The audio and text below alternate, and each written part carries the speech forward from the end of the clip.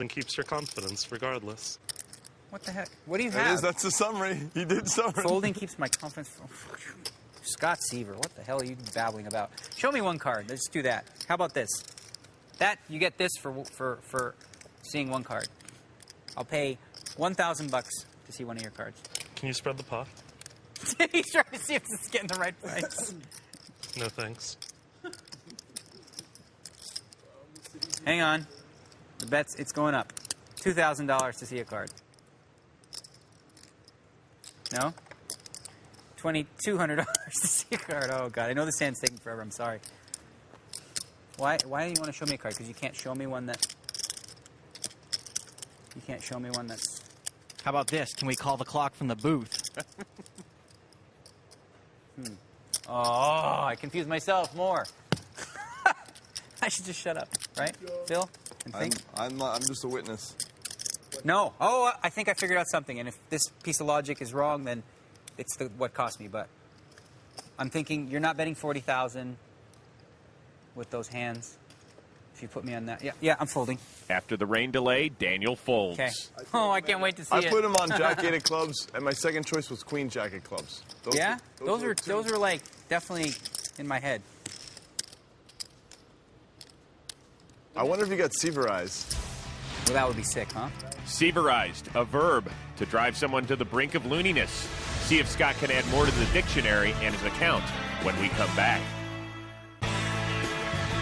Welcome back to Las Vegas and the big game, where the man with the biggest profit, young Scott Seaver, tangled with a very, very frustrated Daniel Negreanu. We heard Daniel hint about his thought process. So what was Scott's during that last hand? Let's find out as we go behind the poker face.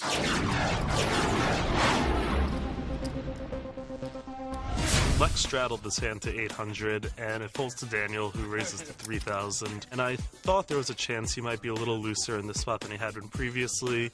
I called with Jack-8, and Todd Brunson called behind me. And the flop came 8 high. Todd checked and Daniel bet, which I think he does a lot of the time. And I called and Todd overcalled fairly quickly. And I thought he had an 8 as well, very possibly better than mine. I wasn't too worried about Daniel at the time because I think he still has a wide range of hands here and that I was ahead of most of them. The turn comes a queen, which seems like a scary card, but I really think it's not that bad a card at all, unless Daniel specifically has a hand like king, queen, or ace, queen, or possibly queen, jack. Todd checked to Daniel again, and he bets again. But this bet is very, very small, and so I call again thinking there's a good chance I have the best hand, and by calling and calling quickly, which I did, that Todd might think now there's no way his hand is good, and I can get him to fold the best hand of the three of us. So I call, and Todd quickly folds. The river is the jack, which gives me jacks and eights, and it was pretty much a dream card. Daniel thinks for a bit and checks. So now that I'm almost 100% positive I have the best hand, there's just no reason for me to not try and bet mine. So I bet very large. I basically thought that there were a bunch of straight draws and flush draws that missed, and I'm known as the really big bluffy guy. So when I actually have a hand, I have to make a really big bet here to make it look like a bluff. And after a little bit of time, it certainly looked like he was trying to convince himself more and more that he should just fold in this spot. So I figured at that point I had to try and talk to him. If you fold, you can pretend you're right until it's on TV. Whether he comes to the right idea or not, just give him more information to possibly, overload him. Scott Seaver. You make it tough to play this game. Yeah, I'm folding. Luckily for him, he made the correct fold, but at the least I think it frustrated him for a while after that.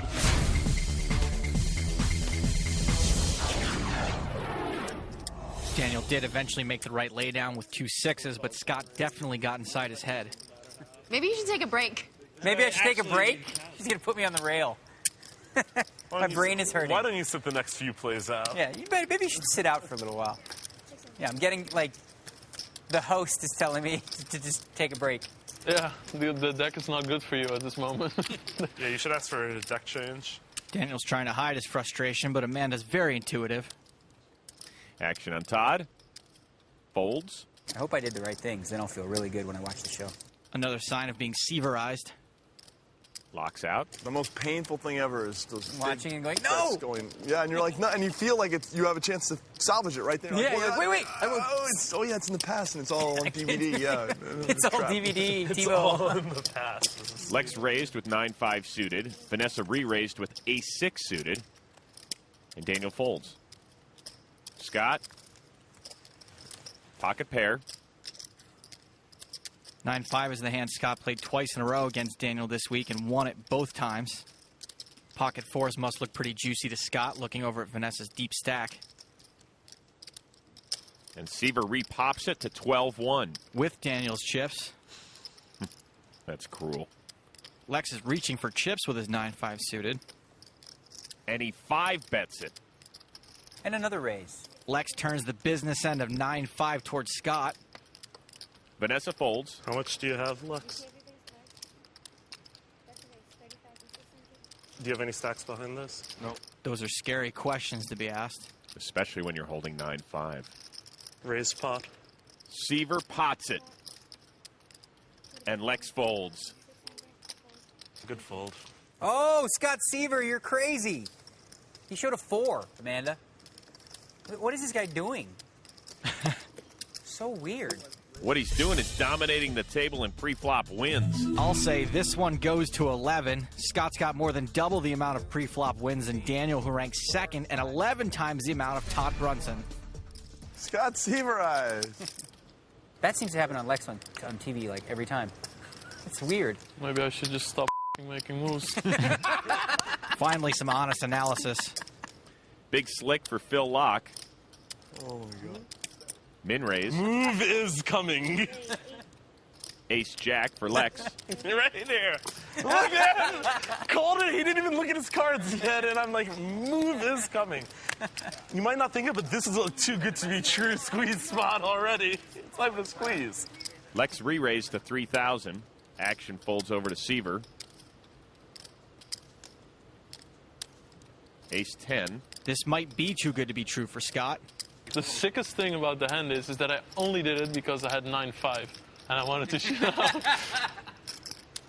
No, plus it was a really good spot. But they keep coming up, and I keep losing. It wasn't a them, really good spot. It's the first time I 3-bet you all. So you folded, so it is a good spot. He's right. He's right. He does have a point. It was a good spot. Raise. Scott 4-bets. Too good to be true. Todd Brunson with a pocket pair in the big blind. I raised the maximum. Please allow me a minute. Oh, Steamroll. He's in the tank. that's not a move. I thought you were on it. I didn't even. Sorry, Todd. Phil's apologizing for trying to bet out a turn. He probably saved Todd money. Okay, I He still folds. raised the maximum. It was not a shot. Phil pots it. So after I call, 34,600. I was fake tilting. I love it. How much do you have behind? I can't see like stacks in the back. I started this hand with 114,000. So Thank now you. I have That's fine. Scott's trying to figure out if Phil will fold to his 6th bet. 80 left. The jig is up, Seaver.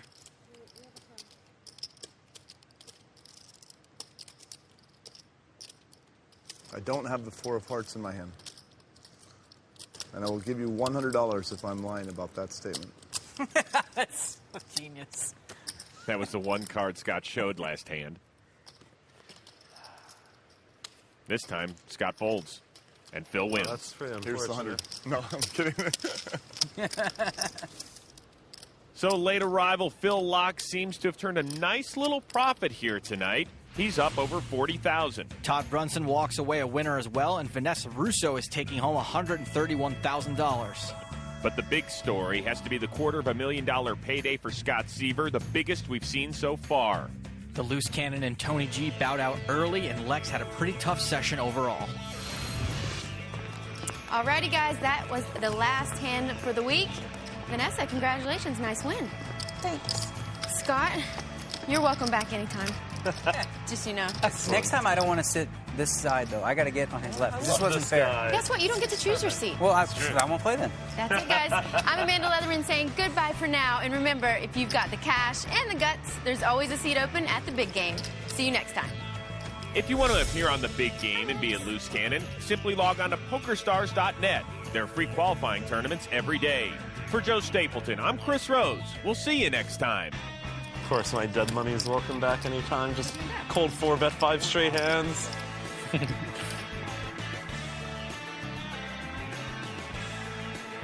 How did you? I won, I don't know, like 132 or something. Thanks, everybody.